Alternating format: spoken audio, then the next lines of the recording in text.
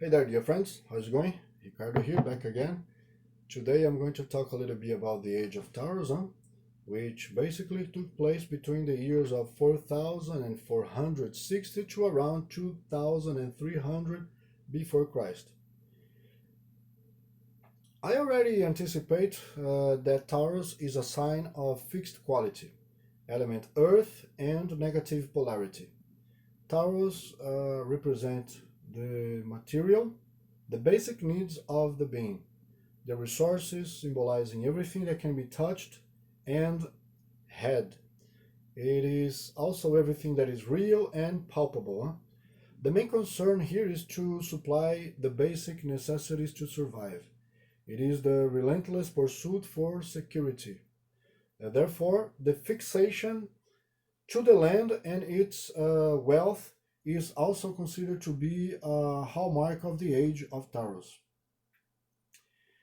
In Taurus, the main landmark was the construction of the Cheops pyramid. This era is dominated by matter or material things, and even the bodies after death were kept in mummies. Most people know this.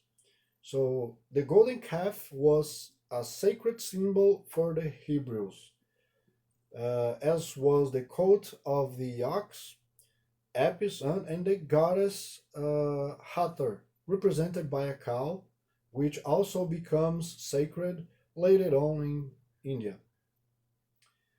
Taurus rules matter, or material things and stuff, and the harmony of all forms and shapes, as well as nature and its rhythms, also its forces and laws. In that era, pastoral culture and agriculture were widely spread, simply everywhere. And Venus, as conductor of Taurus, presents us with the development of the arts of painting, also ceramics, music, cosmetics, jewelry, and that's it.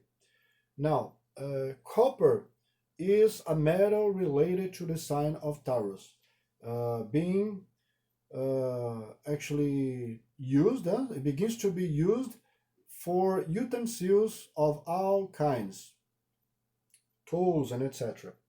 So, another thing that's important mentioning here is that medicine and astronomy also evolved a lot during the Taurus age due to the establishment of planting lands.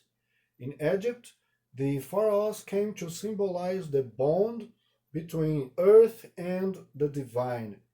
It was believed that this divinity acquired by the pharaohs was what provided the people's prosperity and protection through good harvests.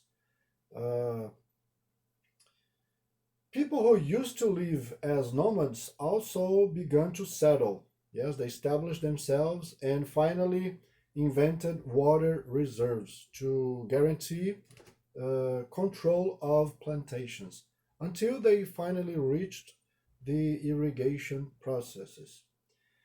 The great harvests could feed not only the cities and people, but also workers from all corners who worked on the construction of the Empire of Egypt.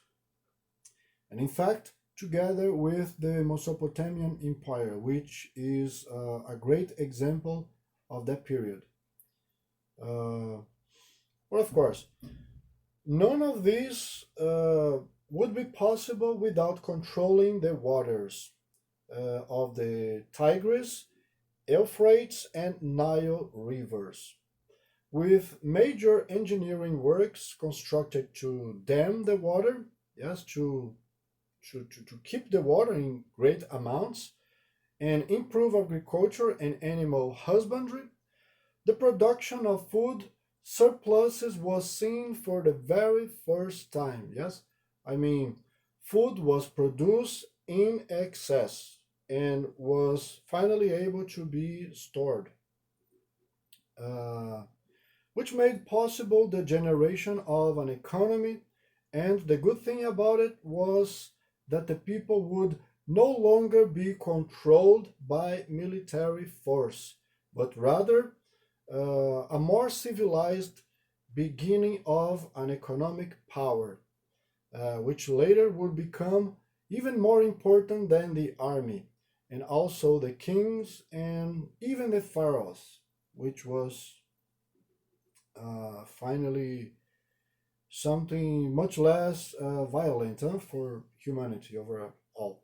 So that was maybe the beginning of new ways of doing things and running and controlling societies with less pressure and maybe more uh, comfort, if I may say. So, well, I'm going to finish this conversation here now. I think it's enough for Taurus, huh? So I can say that it was a very nice legacy of the Age of Taurus, and therefore I will soon approach the Age of Aries next time. Huh? So this is it for today. Thank you again for listening and following. Huh? And see you later for the Age of Aries. All right. Take care and bye bye. Thank you.